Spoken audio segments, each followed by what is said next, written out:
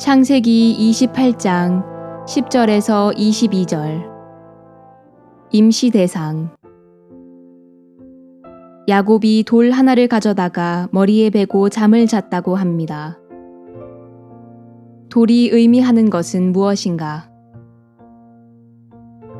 돌은 밤에는 수분을 머금고 있다가 뜨거운 낮에는 수분을 발산하여서 시원하게 하고, 밤에는 낮에 달구어진 뜨거운 온도를 유지하면서 주위를 따뜻하게 한다고 합니다.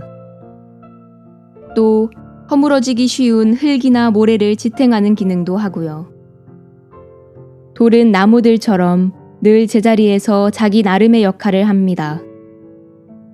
그래서 돌을 쉼터라고 하거나 멘토라고 하기도 하지요. 창세기의 이 대목은 사람이 인생을 살아가다가 지치고 힘겨울 때에 하느님께서 도움의 은총을 주신다는 것을 상징적으로 말하고 있습니다. 야곱은 돌을 베고 자면서 길몽을 꾸고 마음의 긴장을 해소하는 시간을 갖습니다. 그런데 야곱은 머리에 베었던 돌을 가져다 기념 기둥을 세우고 그 꼭대기에 기름을 붓습니다. 마치 가톨릭에서 성물을 축성하듯이. 야곱은 왜 이런 행위를 한 것인가? 임시 대상이 필요해서입니다. 사람이 가진 외로움, 심리적인 허전함은 그냥 채우기 어렵습니다. 그런 때는 내 손에 만져지는 어떤 대상물이 필요합니다. 실제적인 대상물을 손에 잡고 기도할 때에 기도가 집중이 잘 된다는 것입니다. 돌 기둥은 야곱에게 있어서 임시 대상이었던 것입니다. 그런데 그 다음에 야곱이 기도하는 내용이 나오는데 내용으로 보아 야곱의 신심은 그리 깊지 않은 것으로 보입니다. 왜냐하면 기도의 내용이 조건부이기 때문입니다. 만약에 하느님께서 이러이러한 자기 요구를 들어주신다면 자기도 무엇인가를 내어놓겠다고 약속을 하는 것으로 보아 야곱은 하느님께서 자기를 온전히 지켜주신다는 것에 대하여 믿음이 약하고 하느님을 거래의 대상으로 생각하고 있음을 알 수가 있습니다. 그래서 하느님께서는 야곱의 이런 기도에 대하여 응답을 하지 않으시고 침묵을 지키십니다. 야곱의 갈 길이 아직도 멀었음을 암시하신 것입니다. 그렇다면 하느님께서는 야곱의 어떤 점을 고쳐주시려고 한 것인가? 야곱의 피해자 의식을 고쳐주시려고 침묵을 지키신 듯 합니다. 인간이 선택하는 좋지 않은 길 중에 하나는 스스로 피해자가 되는 삶을 사는 것입니다.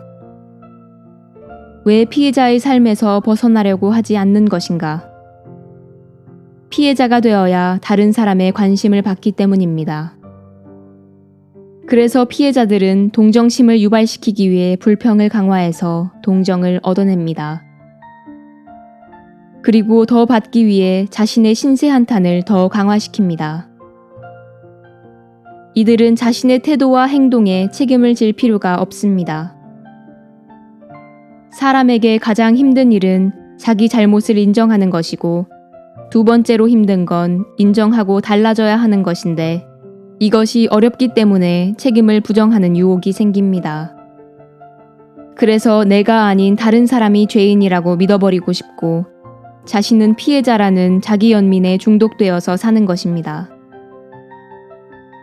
그러나 이렇게 사는 것은 어느 것보다 잃는 게 많습니다. 자기 연민에서 헤어나지 못한 채 불쌍한 나라는 태도를 갖는 것은 정상적이지 못하며 시간이 흘렀는데도 그런 태도를 버리지 못한다면 더 문제가 됩니다. 이들은 불평이 많고 누군가가 문제를 다 해결해 주기를 바랍니다. 불만을 외부의 탓으로 돌리고 자기 문제를 다른 사람이 해결해 주기를 바란다는 것입니다. 그리고 상황이 만족스러울 정도로 나아지지 않으면 불평은 점점 더 커져갑니다. 그 결과 습관적으로 잘못된 일만 찾아내고 그것에만 신경을 쓰면서 점점 더 부정적인 사람이 되어갑니다. 다른 사람의 도움을 받는 것은 중요합니다. 그러나 노상 불평만 해대고 사는 것은 도우려는 사람들조차 지치게 하고 멀어지게 합니다. 하느님께서는 사람들에게 따뜻하셨지만 스스로 피해자의 길을 가려는 사람들에게는 단호하셨습니다. 때로는 회초리가 사랑임을 보여주신 것입니다.